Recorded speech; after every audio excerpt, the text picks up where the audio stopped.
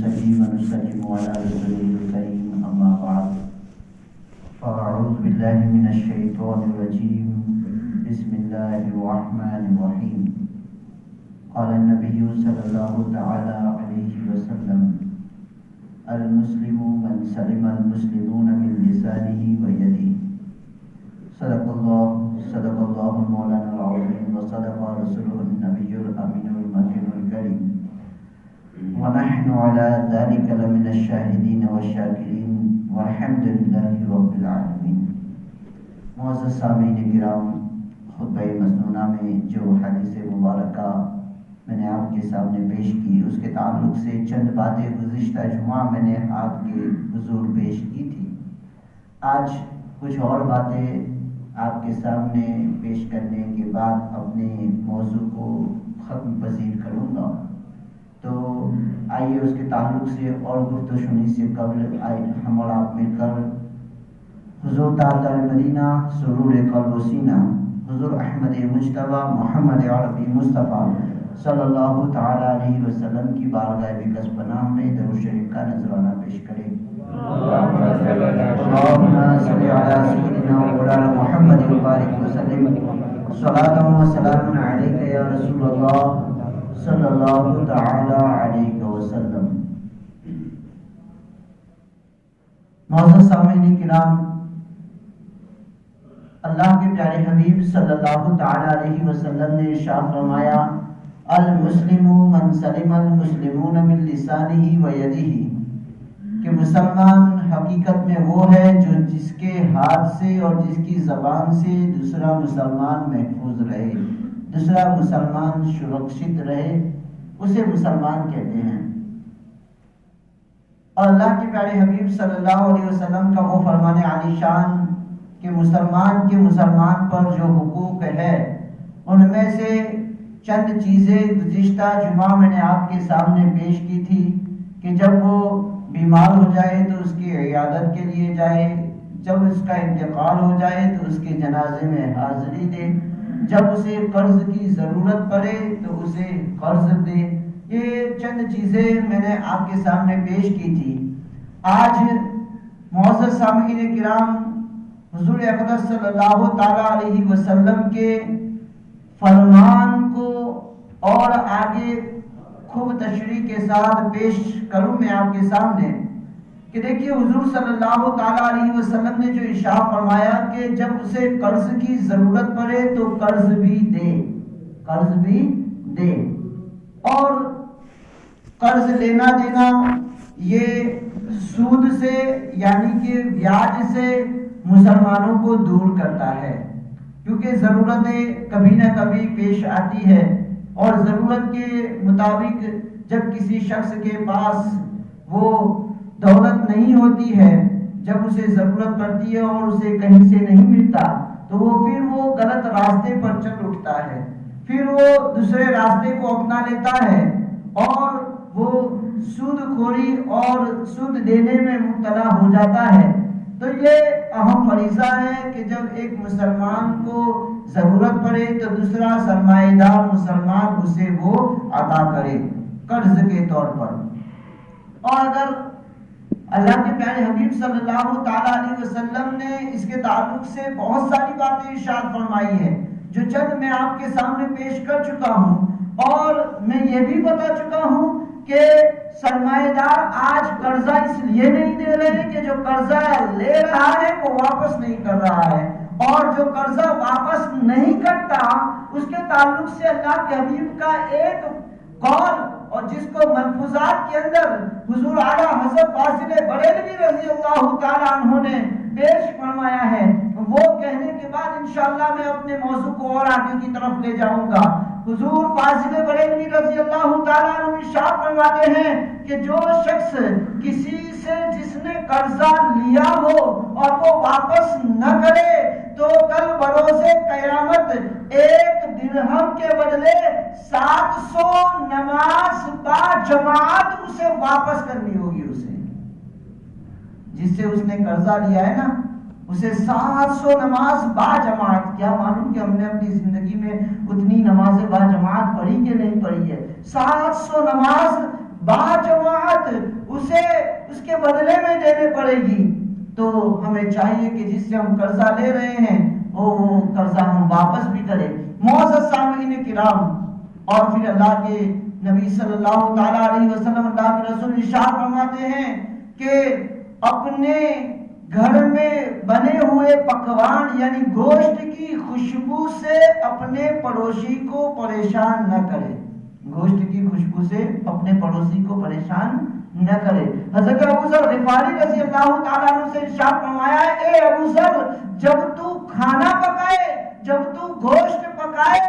تو ایک پیالہ پانی زیادہ کر دے، اس سے تیرے گوشت میں کوئی کمی نہیں ہوگی. ہاں البتہ تیرے پڑوسی کو وہ کھانا میسر ہو جائے گا. یعنی کہ جب کبھی مہمان آتے ہیں، کبھی کوئی فنکشن ہوتا ہے ہمارے گھر پہ، تو ہم جو اچھے پکوان بنائے تو ہم نے اگر مہمانوں کو کھلایا، ساتھ ہی ساتھ میں ہم اتنا زیادہ ضرور کر لیں کہ جب جب اچھے پکوان بنے تو ہم اپنے پڑوسی کو بھی پہنچائے. یہ رواج آج ہمارے درمیان سے نکلتا ہوا نظر آ رہا ہے. میں اتنا برا تو نہیں ہو گیا ہوں، لیکن میں نے اپنے بچپنے میں دیکھا ہے. میں ابھی میری عمر اتنی زیادہ نہیں ہوئی ہے، لیکن اس کے باوجود میں نے خود دیکھا ہے اور میرا تجربہ بھی ہے کہ ہماری مائیں کیا کرتی تھی کہ ہماری مائیں جب کوئی اچھا کھانا بنتا تھا تو ایک پلیٹ اور پیالے کے اندر لے کر کے بچوں کو بازو میں یعنی کہ پڑوسی کے یہاں بھیجتی تھی اور کہتی تھی جاؤ جا کر کے دے آؤ. تو یہاں پر ماں خود جا سکتی تھی یا کوئی بڑا بھی جا سکتا تھا، لیکن بچوں کو بھیج کر کے ان کی ایک تربیت کی جا رہی تھی کہ اے بیٹا، پڑوسی کا یہ حق ہے کہ جب اچھا کھانا بنے ہم اس کے یہاں پہنچ جائیں. گویا کہ ایک خاموش سائلنٹ تربیت تھی، خاموش تربیت تھی جو بچہ اسے اپنی زندگی میں اتارنے والا تھا. بچے کو وہ ایک سیکھ ملتی تھی، اس سے بچے کو کچھ سیکھنے کو ملتا تھا کہ وہ بھی جب اس قابل ہو جائے کہ جب وہ اس کا گھر ہو جائے گا، جب جو گھر کے اندر ایک دن ایسا آئے گا کہ وہ اس گھر کا حاکم ہوگا تو اس گھر کی حاکمیت کے دور میں بھی وہ اپنے پڑوسیوں کو یاد رکھے. یہ ہوتا تھا. اور جب وہ دینے کے لیے ہم جاتے تھے نا تو پھر وہ پڑوسی بھی واپس نہیں کرتے تھے برتن کہ لو لے جاؤ، کہتے بیٹا ہم پہنچا دیں گے آپ کو، ہم پہنچا دیں گے آپ کو. تو کبھی کبھی تو ایسا ہوتا تھا کہ اسی دن وہ کچھ نہ کچھ پہنچاتے تھے، یا پھر جب ایک دو دن کے بعد وہ بناتے تھے تو وہ بھی اس پلیٹ کے اندر اپنے بچوں کو لے کر کے بھیجا کرتے تھے. ایک تبادلہ ہوا کرتا تھا کھانوں کا کہ یہاں سے کھانا وہاں گیا، وہاں سے کھانا یہاں آیا. آج وہ ماحول دیکھنے کو نہیں مل رہا ہے.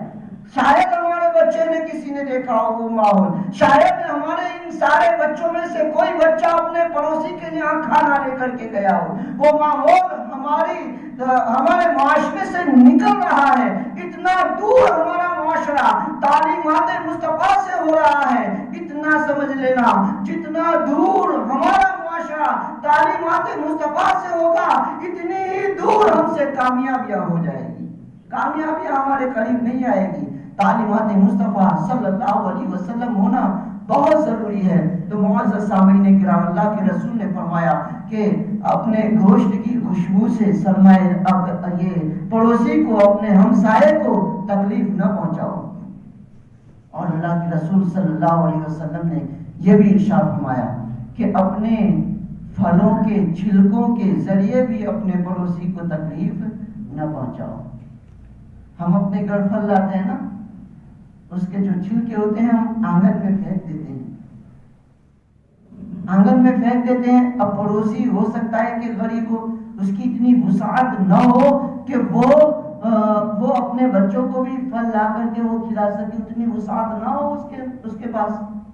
تو جب اس کے بچے دیکھیں گے کہ ایپل کے چھلکے پڑے ہوئے ہیں یا پھر پپیے کے چھلکے ہیں یا کسی بھی فروٹ کا وہ چھلکا ہے، تو وہ ہو سکتا ہے کہ گھر میں جا کر کے وہ بھی اسے طلب کرنے لگے،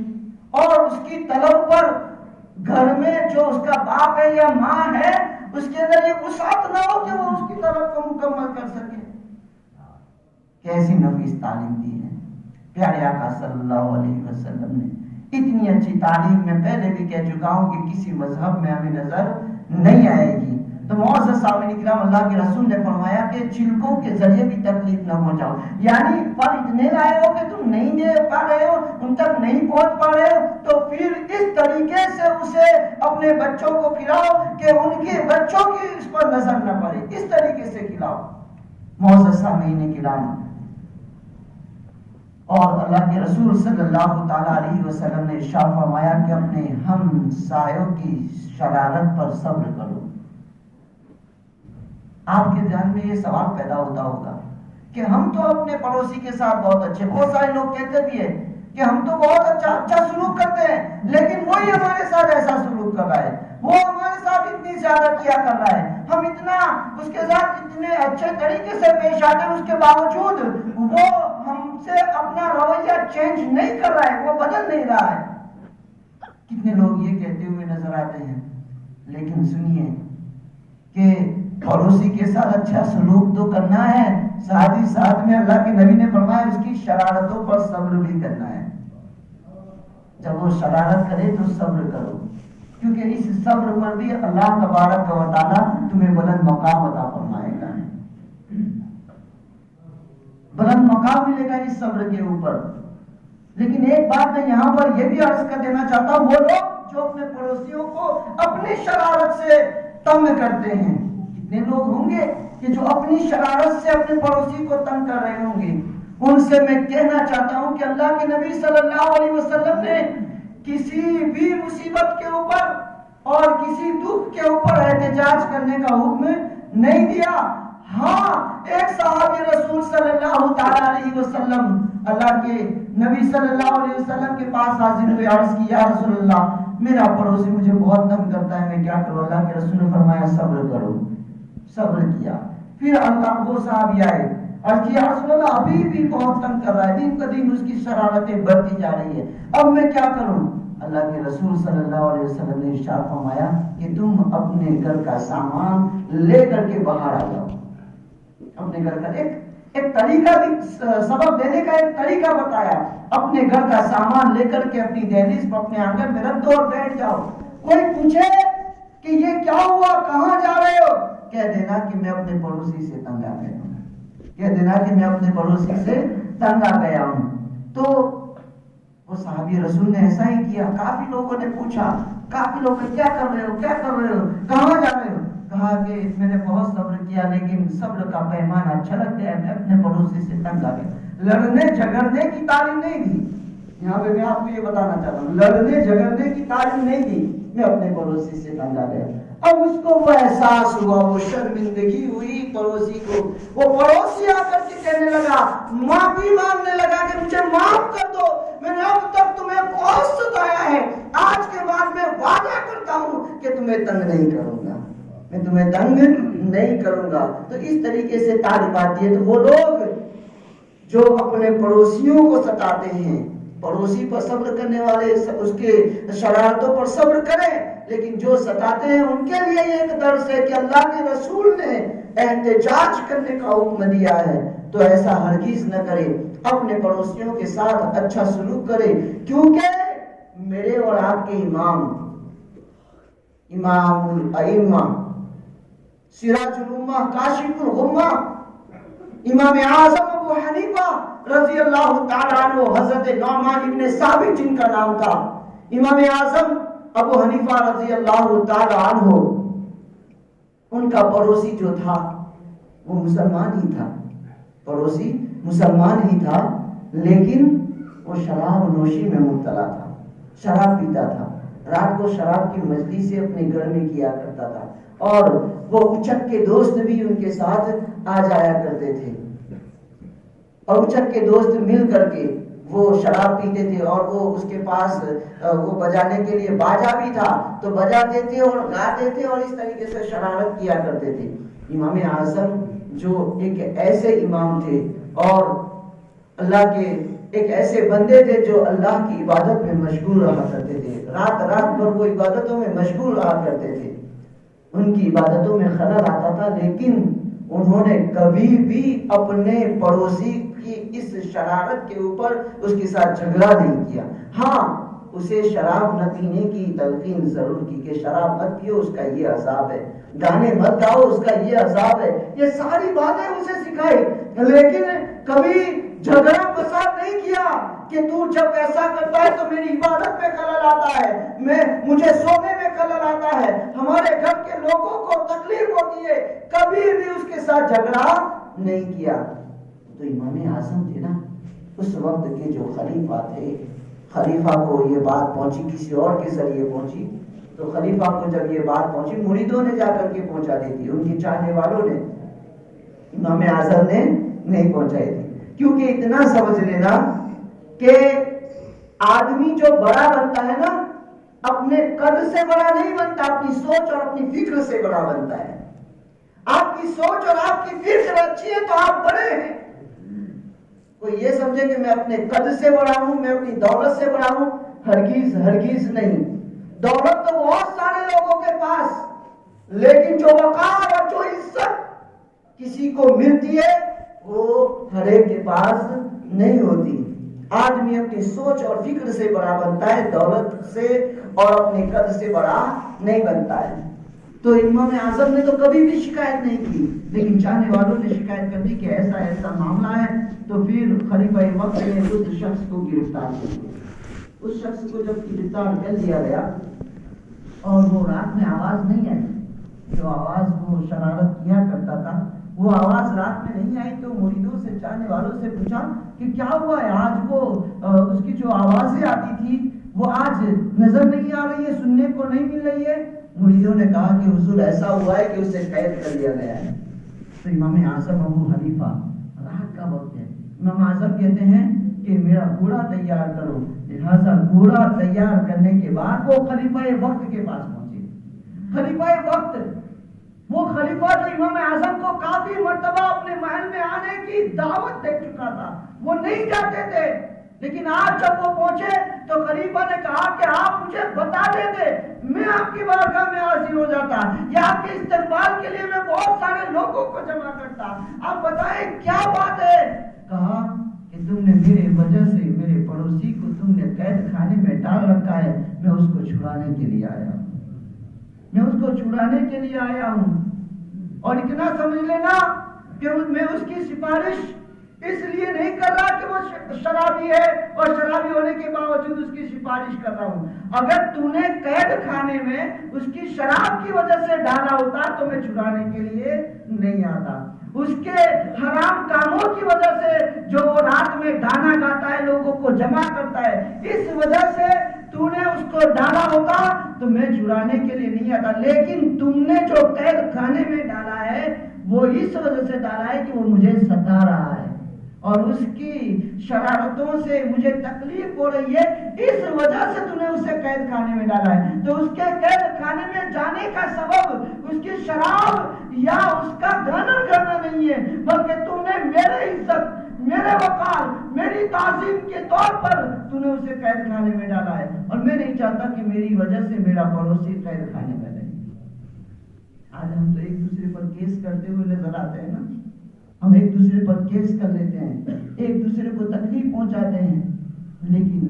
دیکھیے یہ امام اعظم ابو حنیفہ رحمۃ اللہ تعالی علیہ جو حنفی ہے، اور پوری دنیا کے اندر سب سے زیادہ اگر کسی کے ماننے والے ہیں تو امام اعظم کے ماننے والے ہیں. حنفی صاحب امام حق والے پہلے بھی میں بتا چکا ہوں. تو امام اعظم ابو حنیفہ رضی اللہ تعالیٰ عنہ نے کہا کہ اسے چھوڑ دیا جائے. ہاں اگر تمہیں پکڑنا ہے تو دوبارہ پکڑ لینا کہ شراب کی وجہ سے یا کسی چیز کی وجہ سے، لیکن میری وجہ سے جو تم نے پکڑا ہے وہ درست نہیں ہے. تو خلیفہ وقت خود اسے قید خانے میں گیا اور کہنے لگا کہ سنو، تم جسے ستا رہے تھے نا وہی آج تمہاری ضمانت لے کر کے آئے ہوئے، وہی آج ضمانت لے کر کے آئے ہوئے ہیں، لہذا تمہیں چھوڑا جا رہا ہے، تم اپنے ان کرتوتوں پر شرمندہ ہو جاؤ. جب وہ شخص باہر نکلا، وہ تو مسلمان ہی تھا، جب وہ شخص باہر نکلا امام اعظم کے قدموں میں گر پڑا. امام اعظم سے کہنے لگا کہ تم نے مجھے بہت نصیحت کی، لیکن ان نصیحتوں کو میں نے نہیں مانا. آج کے اس عمل نے مجھے اس بات پر مجبور کر دیا ہے کہ یقیناً آپ کا ضرب بہت بلند ہے، آپ بہت صبر کرنے والے ہیں، لہذا میں ان سارے گناہوں سے آپ کے ہاتھوں پر توبہ کرتا ہوں، انشاءاللہ آئندہ وہ گناہ کے اندر میں مشغول نہیں ہوں گا اور کبھی میں آپ کو نہیں ستاؤں گا۔ تو معزز سامعین کرام، یہ امام اعظم ابو حنیفہ رحمۃ اللہ تعالی علیہ نے تعلیمات دی اور حضرت بایزید بستامی رحمۃ اللہ تعالی علیہ، کون بایزید بستامی؟ اللہ اکبر، جن کے تعلق سے فرمایا گیا ہے کہ جنید بغدادی ارشاد فرماتے ہیں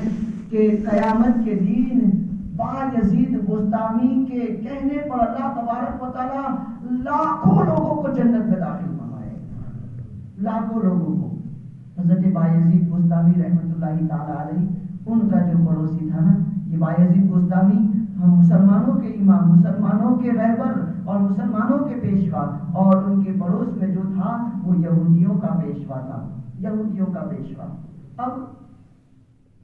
کیا ہوتا ہے کہ یہودی کے یہاں اس یہودی کے وہ جو پادری تھا اس کے ماننے والے آتے، خوب تحفے اور تحائف پیش کرتے، اور وہ پادری وہ بایزید بستامی کے تعلق سے بہت ساری باتیں، غلط باتیں بھی بیان کر کے ان کے خلاف یعنی مسلمانوں کے خلاف نفرتیں ان لوگوں کے دل میں ڈال رہا تھا وہ پادری۔ لیکن کیا ہوتا ہے کہ اچانک اس پادری سے کوئی ایسی خطا سرزد ہو جاتی ہے کہ سارے یہودی اسے چھوڑ جاتے ہیں، سارے یہودی اسے چھوڑ جاتے ہیں۔ یقیناً اس سے ایک سیکھ ملتی ہے اور اسے ایک درس ملتا ہے ان لوگوں کو کہ جن کے ہاتھ چومے جاتے ہیں، جن کے ہاتھوں پر لوگ بوسہ دیتے ہیں، انہیں ایک سیکھ ملتی ہے اور انہیں سوچنا چاہیے کہ دیکھو آج جو لوگ تمہارے ہاتھ چوم رہے ہیں، ایک دن وہ تمہارے ہاتھ کاٹیں گے بھی اگر تم سے کوئی غلطی سرزد ہو گئی۔ بہت پھک پھک کر کے قدم رکھنے ہیں۔ تو معزز سامعین کرام، حضرت بایزید بستامی رحمۃ اللہ تعالی علیہ کا جو پڑوسی جو پادری تھا، اس کے پاس اب کوئی نہیں آ رہا ہے، اب کوئی نہیں آ رہا ہے اس کے پاس۔ اب دین ایسے آ گئے کیونکہ جو مذہب کے رہنما ہوتے ہیں نا، ان کے پاس اور بزنس کے کچھ اس کے پاس کچھ سورسز نہیں تھے کہ وہ اور بزنس کرتے، ان کے پاس آمدنی ہوتی۔ اب جیسے جیسے لوگ کم ہو گئے، نہیں آئے، تو اس کے پاس آمدنی بھی نہیں آنے لگی۔ اتنی غربت ہو گئی، اتنی غربت ہو گئی کہ کھانے کے پھوپے پڑنے لگے، کھانے کے پھوپے پڑنے لگے۔ اللہ اکبر! اور ایسی غربت ہوئی کہ جو روشنی کے لیے دیا جاتا تھا نا، تو اس دیے کے اندر ڈالنے کے لیے تیل بھی میسر نہیں تھا۔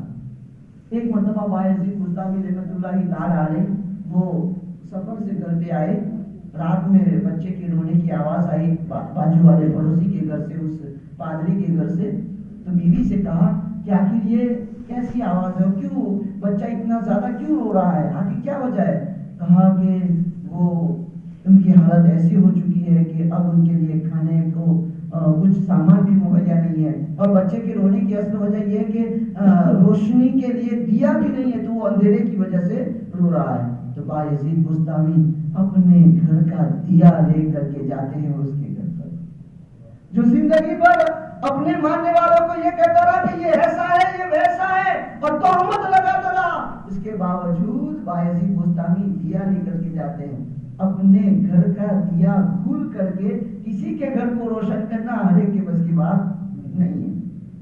کسی کے گھر کو روشن کرنے کی یہ ایسی کیفیت تھی ان کے اندر۔ لہٰذا وہ گئے اور کہا کہ لو یہ رکھ لو اور اپنے بچے کو چپ کراؤ، اور دیکھو آجو باجو کوئی دیکھتا بھی نہیں ہے، میں نے دکھانے کے لیے نہیں کیا ہے، میں بس یہ چاہتا ہوں کہ مجھے جو سکھائے گئے ہیں پڑوسیوں کے حقوق، میں ان حقوق کو ادا کرنا چاہتا ہوں۔ وہ دے دیا۔ آج جو لوگ کسی پر احسان کر کے، جو پوری دنیا میں ڈنڈورا پیٹتے ہیں کہ میں نے یہ احسان کیا، میں نے یہ احسان کیا، ان کے لیے بھی بایزید بستامی رحمت اللہ تعالی علیہ کا یہ بہت بڑا قول ہے، بہت بڑا عمل ہے، درس راہ ہے اور مشعل راہ ہے ان کے لیے۔ معزز سامعین کرام، تو حضرت بایزید بستامی رحمت اللہ تعالی علیہ لے کر کے چلے آئے۔ دوسرے دن بھی وہ عمل کیا، تیسرے دن بھی وہ عمل کیا۔ جب تیسرے دن عمل کرنے کے بعد وہ جا رہے تھے اور ساتھ ہی ساتھ میں کچھ کھانا بھی وہ پہنچا دیا کرتے تھے، تو لیکن کیا کہا بایزید نے کہ دیکھو میں نے کسی سے نہیں کہا ہے، نہ مسلمان سے کہا ہے نہ یہودی سے کہا ہے، میں نے کسی سے نہیں کہا کہ میں تم پر یہ احسان کر رہا ہوں، کہ میں تمہارے ساتھ ایسا سلوک کر رہا ہوں۔ تو اب جب وہ واپس جانے لگے تو وہ پادری چلانے لگا، پادری کہنے لگا اے یہودیوں حاضر ہو جاؤ،